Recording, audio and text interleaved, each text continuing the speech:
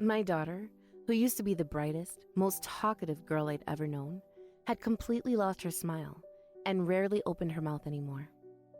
I was really worried about her situation, and in an effort to get some information, I asked my husband about it, but he replied, "It's just her and her stupid rebellion phase.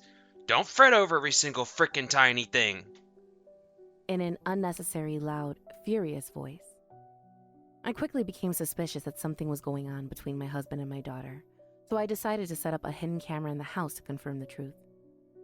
I pretended to go out later that day and instead hid in the garden. The moment I took out my cell phone and saw what was going on camera, I saw the most unexpected, the most scandalous thing I ever seen. I immediately rushed into the house to save my daughter before anything worse happened. This is the story of how the relationship between two people I love dearly was not at all what it seemed to me, and how quick action and a strong heart in the face of physical danger ultimately pay off handsomely. Hopefully, we will learn that standing up for yourself regarding something important can oftentimes help you hugely in improving your life. My name is Sherilyn, and I am 40 years old. I have been married to my husband Francis for 15 years. We initially met in college and started dating after we discovered we had a mutual passion for cooking. It wasn't that we wanted to cook for a living, but for hobbies, and a good deal of our dates consisted of eating delicious dinners cooked by one of us, a bottle of wine, and maybe a movie. After 4 years, exactly 1 year after we graduated, he proposed to me at his house under a thunderstorm. I still remember how warm the room was, lit by candlelight, and with some nice bossa nova playing in the background. It was better than any proposal to marriage I'd ever dream about, and he figuratively and literally flew me off of my feet. When our daughter Mary was born 13 years ago, I resigned from my job and devoted myself to raising her. But when she started kindergarten, I got a new job, and now I am a part-time housewife, struggling daily with balancing out work, housework, and childcare. I say struggling, but I'm not, really. Sure, it can be hard sometimes, but I couldn't have asked for a more perfect life than the one I already have. Francis works as a sales representative for a medical manufacturer. His parents, Mr. and Mrs. Barra, run a dairy farm, and they told him they wanted him to take over the family business. But he declared to his parents that he did not want to do such a demanding job and left home upon graduation from college. My parents-in-law were very devoted to proper education and thus disciplined their son strictly, thinking that he would take over the family business. Perhaps his own parenting methods were shaped by his experiences, for Francis himself was often strict with Mary. "Hey, Mary, it's 6 p.m. already. Isn't it too late for you to come home? If you're gonna be late, at least call." Oh, stop it. So annoying. She would cover her ears and let her mouth speak its mind when her father's pestering words came out. Your father is worried about his little girl, Mary. He's always been a bit of a doting parent, you know.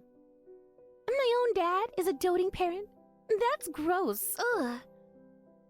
And just what do you mean by gross, Madam Mary of Misty Marsh?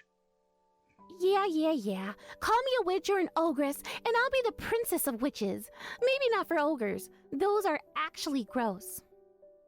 They often quarrel like this, and it was essentially my job to mediate things so that it didn't get out of hand. Since she started junior high school, Mary had started complaining more and more about her nagging father, but I was happy that we had built a relationship where she could express her own opinions without bothering anyone in her family.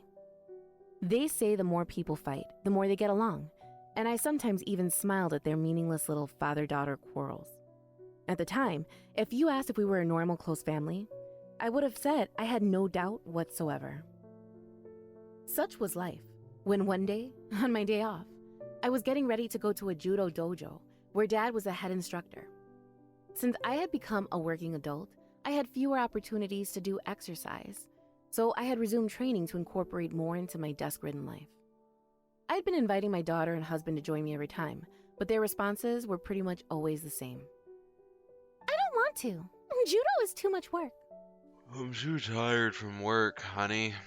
I want to relax at home." And all the refusals were getting old. But I didn't really have a choice. If they didn't want to go, I couldn't make them. I had no choice but to go alone that particular time, too. I'll be home in time to make dinner. No quarreling. Don't know if I can keep that promise, but I'll try. See you later, Mom. My daughter, smiling as though a fool, saw me off as I left for judo. Mary is like the blazing sun in my house, always laughing and talking, radiating her silly, wholesome, innocent personality perpetually. She is my irreplaceable treasure, and even when I was having a bad day, seeing her smile blew all the negativity away. At the time, I never imagined that I would ever lose her smile. Ever. I'm home. I came home exhausted after training, and when I entered the living room, I found only my husband there. Where's Mary? Isn't she in her room? My husband's words caused a question mark to bubble to the surface of my mind. Mary was always in front of the TV in the living room at this time of day because she had a show she always wanted to watch. Hey, Mary, darling, your regular show is on. I asked, knocking on the door of my daughter's room, thinking that maybe she is sleeping. A few seconds later, the door slowly opened. Sorry, Mom, I fell asleep, she said as she laughed. But that was enough to make me see something strange in her expression. She looked like she was forcing herself to smile. Is there anything the matter, sweetheart? You look a little pale. Shit, if I don't hurry, my show will be over. My heart skipped a beat when I saw my daughter's back as she fluttered into the living room, as though she was trying to get away from me. She had been so energetic in the morning, but something was obviously wrong now. I followed her into the living room and, so that she wouldn't notice, quietly asked Frances about her situation. Hey, about Mary. Doesn't look too well to me. Don't you agree? You know of something that could have troubled her somehow? No. Not that I can think of. I don't know. But maybe she got into a fight with her friend over texting? Frances' response made sense, and I agreed with him. I'd given her a smartphone as a gift to celebrate her entering junior high school. She was very happy and frequently communicated with her friends. Besides that, she was now 13 years old. She might have had her own problems, issues that she may not want to tell her parents. I was worried about her, but I decided to wait until she told me herself. So I stopped thinking about it that day. However, I assumed she was going to tell me at least something within the next couple of days. But her situation was getting worse and worse, and despite my best intentions of offering my help to her, she never accepted it, nor did she ever tell me something that was bothering her. A month has passed since the day I noticed something was wrong, and Mary, who used to be the brightest, most talkative girl I've ever known, had completely lost her smile and rarely opened her mouth anymore. Every day when she came home from school, she used to tell me stories about what happened at school, her favorite idols, and what they were up to nowadays, and many other things. But now, she didn't even say hello to me after she came home. I couldn't even remember when was the last time I saw her smile. I thought this whole thing was so strange, so after her bedtime, I decided to talk to Frances about it. Frances, I think there's something seriously wrong with Mary. Haven't you noticed she's been looking a little down in the dumps lately? What should I say to her in a time like this? I mean, girls in general become a little grumpy for a while when they reach her age, don't they? I don't think it would be any good to pry too much. I think the kindest, most loving thing you could do for her right now is to give her time and space. With that, he decided to call it a night and went into his room. I couldn't help but sigh deeply at him and his dismissive attitude towards what was genuinely concerning to me. I couldn't leave my daughter, who was as though she was a completely different person now, alone. The next morning, when Frances left for work and I was alone with her, I asked her, "Is everything all right, darling? I'll be honest, you seem different from usual." My daughter's eyes widened for a moment at my words, but then her expression she immediately turned back to without any emotion. "No, nothing's wrong. Just living my ordinary life with my parents, okay? Leave me alone." With that, she left the house. Seeing my daughter reject me like that, I wondered if I should leave her alone as my husband said. But as I continued to watch her carefully, I realized something that I now believe was the deciding factor. Was she afraid of her father? At first, I thought it was my imagination playing cruel tricks on myself. But after a couple of observations, she was clearly avoiding her father and even seemed to be frightened of him. In the past, When Frances warned her about something, she would either talk back playfully or express her own opinion properly. But lately, she seemed to cower in fear and silently obey him whenever he said something to her. Whenever she was left alone with my husband, she often went into her room or tried not to make eye contact with him. It's absolutely crazy. I asked him one particular night if he had any idea what was going on between him and Mary, but his response left me shocked and speechless. Oh my freaking gosh. Could you stop being so annoying about this? It's just her and her stupid rebellion phase. Don't fret over every single freaking tiny thing. I'm tired from work. I don't freaking need this shit. Francis was not the type of person to raise his voice at me. Obviously, there was something wrong with my husband. I was worried that something more terrible than I'd ever thought might have happened between them. Driven by this fear, I decided to find out once and for all what was going on in the house when Francis and Mary were alone with each other. I decided to install a hidden camera to see what happened when I wasn't home. I immediately went online and found a camera that was usually used for pets. I found them very reasonably priced, which was easy on my own wallet, and what was especially nice was that I could download an app on my phone and check the video and/or audio footage of what the camera picked up on my phone. One last thing I could do, which proved to be extremely crucial later on, was record the video. It arrived a few days after I ordered it, and on my next day off, I set up the camera in a secluded position of the living room. I then lied to both Francis and Mary that I had to work that day and walked out the front door. I pretended to drive off to work, only to park my car a few blocks down, sneak back home into the garden, and check the footage on my phone. The camera showed Francis watching TV as he was having a bowl of cereal for breakfast. So far, nothing seemed extraordinary. I decided to keep watching. Perhaps 10 minutes later, I saw the most unexpected, the most scandalous thing I'd ever seen. Francis took the trouble to call his daughter from her room down to the living room. And then he went on to say these things amidst a plethora of nasty insults and verbal abuse. Wash the cups you use yourself, damn it. The way you eat during meals is so fucking filthy. What are you? Some kind of whore raised in a pigsty? You're so damn cold towards everyone. You ought to be more affectionate to your mother and to everyone else. He was actually abusing her, looking for holes in her life, and using them to his advantage by attacking them brutally. You, alongside everyone else at this frickin' company, are incompetent, useless. And what pisses me off the most is you're always getting in my gosh damn way. How come they're the only ones who get ahead in their careers, damn it? It's so freaking stupid. I couldn't believe my eyes or ears. I'd never seen that look on my husband's face in my 15 years of marriage to him. But the horror didn't stop there. His anger didn't stop at yelling. As he was yelling and hollering like a pug excited for Cheetos, he was pushing his daughter's shoulders and back with quite a bit of force, it seemed. And he was also pounding the table with his fist as hard as he could.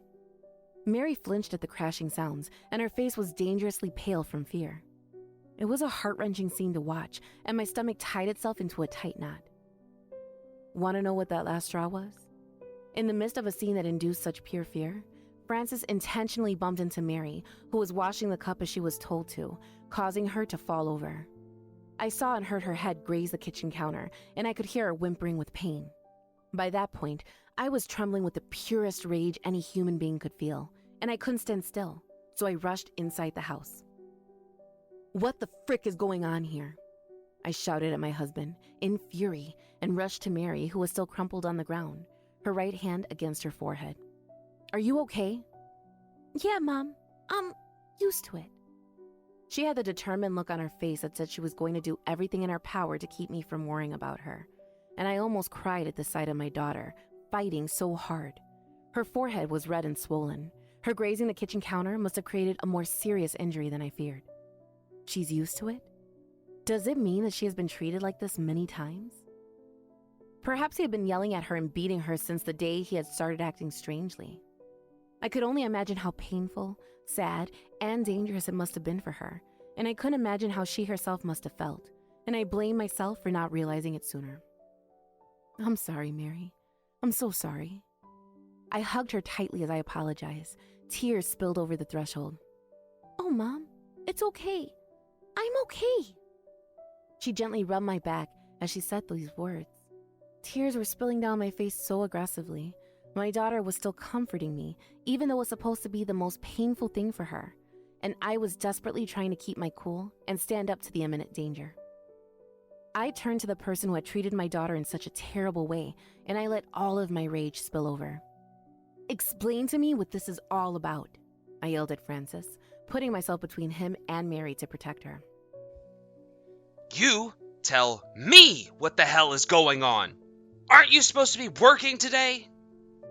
My husband, startled by my sudden charge into the house, was speechless. But now that he understood what was going on, he became angry again and started yelling back at me. He answered my question with a question, and I was so mad, I swear I could have swallowed a box of nails and spit a slew of tacks. "That's not freaking important. Answer my damn freaking question." I glared at my hollering husband, refusing to cower under his menacing demeanor, and took a few steps forward. He backed away a little, but he was still determined to fight back. I was only disciplining her because she didn't listen to me, just like the other mother frickers at this office. I don't want her to become the kind of person who makes fun of me like they do, damn it! He just went on and on and on and on about how his workplace was giving him a hard time because he wasn't getting any promotions. I let myself go insane.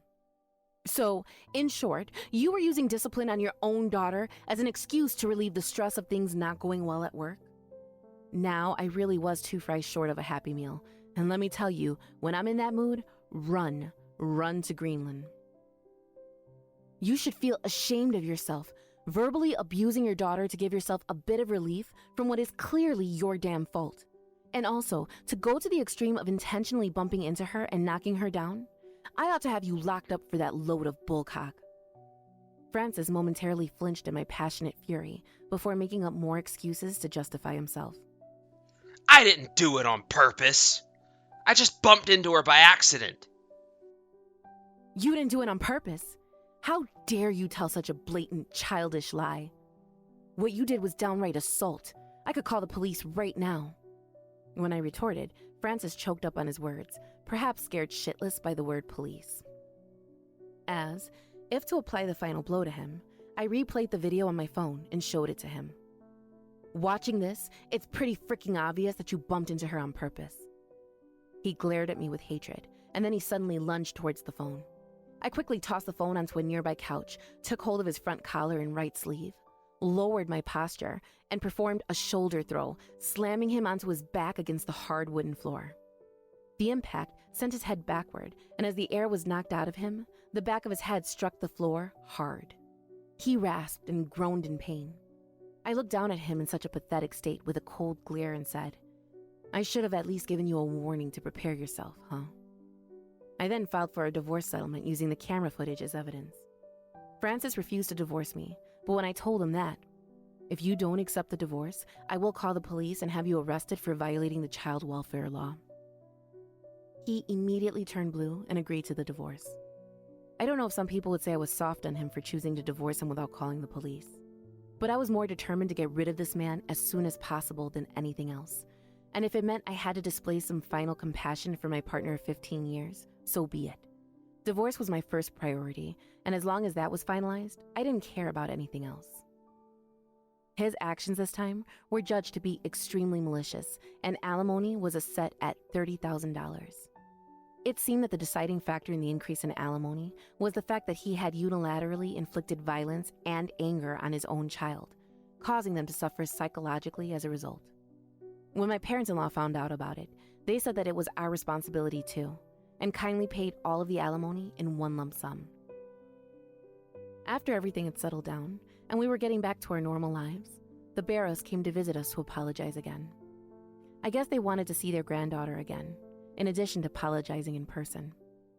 I confirmed with my daughter before I concurred to their plan of meeting them, and considering how they had always loved her and had watched her grow up with great affection, Mary was not against a visit from her grandparents in the slightest, and she was genuinely happy to see them.